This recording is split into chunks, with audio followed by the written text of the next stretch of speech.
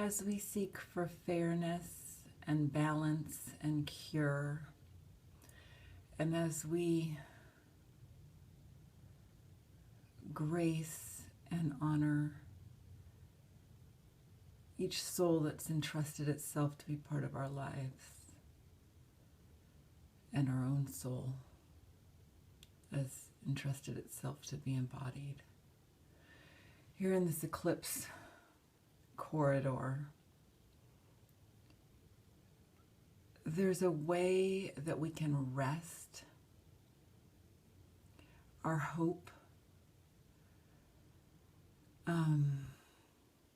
Sometimes we might experience hope as a kind of ambition, or feeling like you need to work to make something happen, or to even express the hope. You can live the hope. You can be, just in the simplest ways, an embodiment of hope, which is faith, which is grounding, which is manifestation. I've been having a little bit of a hard time, and I know I'm not the only person. There's something about, there's a vivid intensity to these times.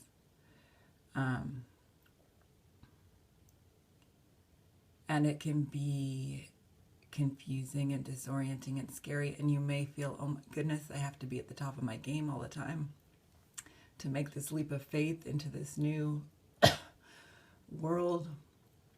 But we're all here together, working together. We really, really are. Even people you may think are, well, I don't know. There's just, we're all finding how to be aligned in our lives, in the appropriate relationship with each other. What I want to say is you can take time to pause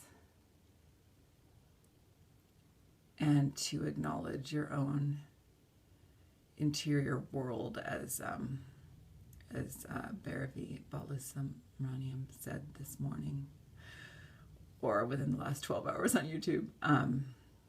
I'll link to her latest. But I put these cloths here for how, we're moving. There's going to be an intense moment with the great attractor right as we are coming out of this eclipse at the end of the week. And there's a great opportunity for joy, for a refresh, for, that doesn't seem like the right word, but just for immensities to come through that we haven't quite known how to carry maybe before. I've been talking to friends so much and on this channel about, as a divine, or whatever, as a feminine, as someone who resonates very much with myself as feminine, part of that experience has been to have a fear of being fully here. And perhaps that's true for everybody, but this has been my sort of angle on it. To really ground into yourself, into your day, into your space, into your habits, into each cell, and just, but not even pushing. Again, like as I said in my video last, whenever that was, a couple videos ago, or no, it was on Instagram, 2019, you don't have to push yourself.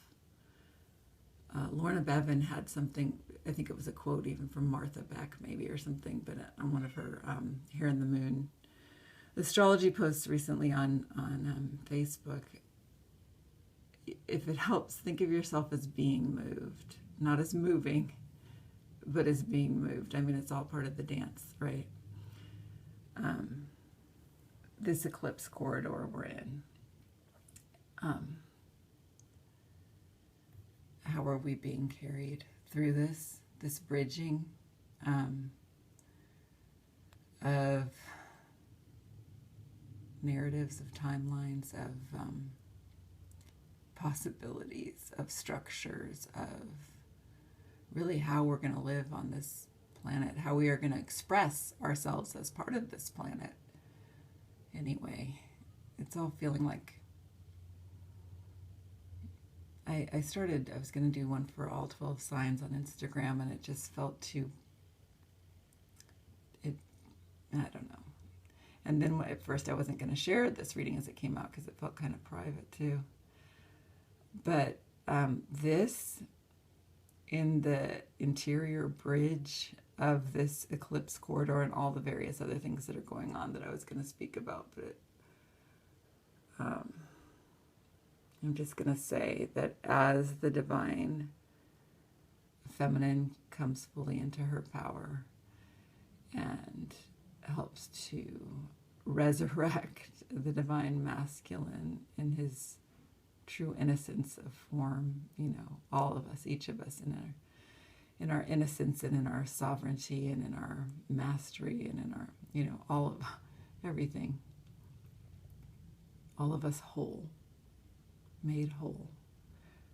Justice comes as a whole, says Jill Stein. The resurrection, or the return of the divine feminine and the return of the divine masculine, are actually simultaneous.